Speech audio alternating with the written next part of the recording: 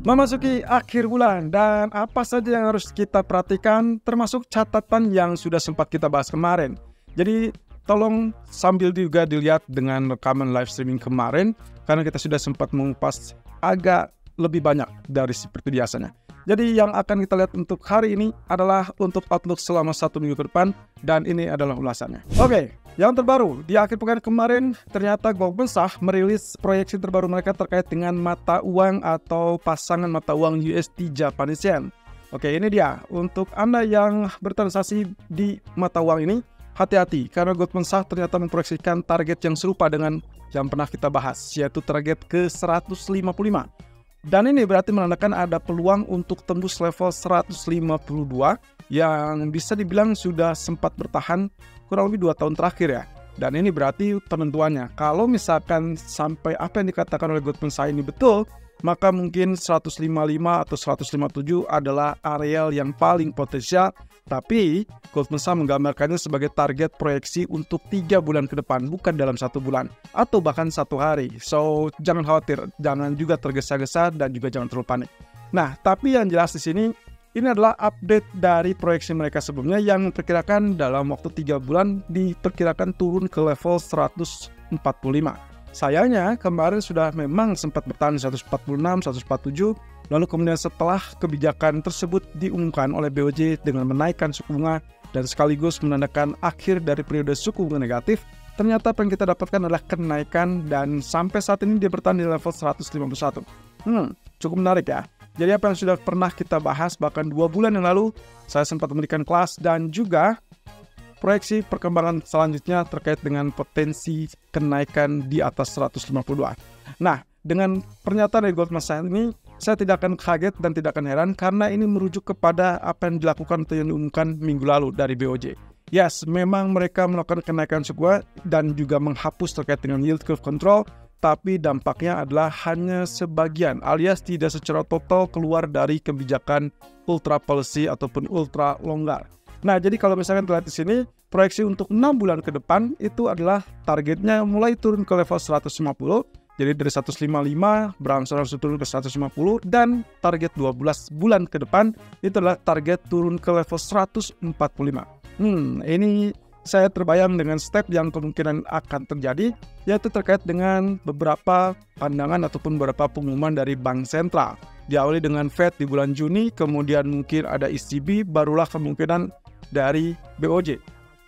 Sampai saat ini kondisi resiko menurut Goldman Sachs tidak terlihat mengkhawatirkan secara global dan kelihatannya juga relatif lebih jinak. Nah, kemudian juga ada potensi terkait dengan pemangkasan di bulan Juni dari Fed. Kelihatannya juga Goldman Sachs tidak melihat ada potensi mengganggu atau bahkan mengakibatkan yen menguat. Artinya USD Japanese Yen akan tetap ya mungkin standar lah ya. Dan kemungkinan untuk melakukan penurunan agak-agak sulit. Tapi kalaupun ada potensi tersebut, maka dinilai oleh Goldman Sachs itu adalah antisipasi yang sudah bisa dibilang mengurangi risiko ataupun tingkat minat terhadap mata uang yen sebagai safe haven. Jadi dalam 3 atau 6 bulan ke depan ya agak cukup riskan sebetulnya kalau melihat dari mata uang ini. Tapi yang jelas 2 atau 3 bulan pertama dan itu berarti sampai kuartal kedua saya khawatir memang 152 ini akan cenderung mudah dipecah atau mudah ditembus. Kita tinggal tunggu saja untuk berikutnya akan seperti apa dan di live streaming nanti sore kita akan coba lihat lebih lanjut. Nah, ini adalah pernyataan dari BOJ Minutes atau laporan minutes atau risalah dari pertemuan BOJ sebelumnya yang ternyata mereka tidak melihat adanya ketergesaan ataupun keterpaksaan atau bahkan tekanan untuk terburu-buru melakukan kenaikan suku bunga berikutnya. Artinya siklus kenaikan sudah dimulai kemarin saat mereka mulai melakukan kenaikan sekitar 20 basis point dan sekaligus keluar dari suku bunga negatif pertama kalinya sejak 16 atau 17 tahun terakhir. Tapi yang jelas posisinya menurut mereka tidak tergesa-gesa untuk melanjutkannya. Artinya untuk potensi kenaikan suku bunga yang kedua kelihatannya tidak akan terjadi di bulan April. Ya, itu mungkin sudah dicoret. Lalu kemudian ada kemungkinan juga di bulan Juli. Sepertinya itu juga akan relatif minim. Tapi ya mungkin saja itu akan dipertimbangkan. Katakanlah persentasenya mungkin sedikit lebih kecil dibandingkan dengan potensi yang paling besarnya adalah di bulan Oktober. Nah, jadi dalam 2 atau 3 bulan ke depan kelihatannya sangat reasonable dengan proyeksi dari Goldman Sachs yang memperkirakan akan naik ke level 155. Sementara untuk 6 bulan berikutnya akan berangsur-angsur turun. Let's hope mungkin itu akan ditandai dengan pemangkasan suku bunga yang akan dilakukan oleh Federal Reserve. Dan seperti kemarin saya sempat jelaskan bahwa apapun yang terjadi oleh US alias dalam hal ini adalah Federal Reserve, maka itu juga yang akan mengakibatkan US Treasury Yield mengalami penurunan ataupun kenaikan, dan itu akan berimbas juga kepada USD Japanese Yen. Nah, kabar baru dari China terkait dengan pernyataan sang menteri atau wakil menteri perdagangan China, Mr. Qian Qiming, mengatakan bahwa China siap membuka diri untuk akses seluas-luasnya ke dunia luar. Ya, seperti kita ketahui bahwa China belakangan ini sangat ditekan oleh Amerika, yaitu terkait dengan ketertutupannya dengan dunia luar. Termasuk permasalahan waktu pertama kali COVID merebak, dan itulah yang membuat kenapa WHO, World Health Organization, cenderung ragu dengan laporan yang disampaikan oleh China, sampai akhirnya beberapa negara mendesak WHO untuk meneliti lebih lanjut apakah benar angka-angka yang dilaporkan tersebut cenderung rendah atau tidak. Dan intinya adalah dengan pernyataan dari Wakil Menteri Perdagangan ini berarti akan terbuka untuk potensi kerjasama dengan dunia luar, termasuk juga mungkin dengan negara-negara yang belum pernah kerja sama sekali. Tapi yang digarisbawahi di sini adalah dengan keterbukaan ini berarti mereka akan memicu terkait dengan atau mengundang investasi dari dunia luar, dan itu berarti akan bersaing, dan juga termasuk salah satunya adalah terkait dengan sistem perdagangan yang nantinya core-nya atau intinya akan melibatkan World Trade Organization. Ya, ini satu hal yang cukup positif menurut saya, dan kemungkinan ini yang akan menjadi pondasi dasar supaya nanti berikutnya adalah ekonomi China mulai tumbuh berkembang, dan diharapkan tingkat permintaan domestik ataupun internasional kembali tumbuh terhadap China. Tentu yang paling utama, yang paling penting adalah menaikkan kembali tingkat kepercayaan, dan itu harus dilakukan mau tidak mau oleh pemerintah China. Well, terlepas dari itu, tentunya kebijakan stimulus fiskal tetap dinantikan, dan juga ada pernyataan yang secara spesifik mengatakan hal tersebut akan tetap dilakukan, dan itu adalah dari Kementerian Keuangan. So, kita tinggal tunggu saja, tapi yang jelas PBOC, Kementerian Keuangan, atau dalam ini adalah pemerintah, tetap mendukung pemulihan ekonomi. Nah, terkait dengan sektor propertinya, tentunya ini juga yang masih tetap menjadi PR utama ya untuk negara tersebut. Tapi yang jelas Hang Seng kelihatannya penurunan adalah kesempatan. So, tunggu apa lagi? Nah, kemudian kalau kita lihat lagi yang akan memicu sentimen ataupun pergerakan market untuk minggu ini adalah beberapa pernyataan dari beberapa bank sentral, atau ya kita sebut saja dengan Fed speaker atau bahkan BOE speakers. Tapi nanti malam kalau tidak salah ada jadwal dari Presiden ECB Christine Lagarde, dan kemudian di malam hari juga ada Bostic atau Raphael Bostic dari Fed, kemudian ada Austin Goolsbee dan juga Lisa D. Cook yang juga akan memberikan pernyataannya yang kali ini kelihatannya juga agak sensitif terhadap kebijakan yang diputuskan kemarin ya.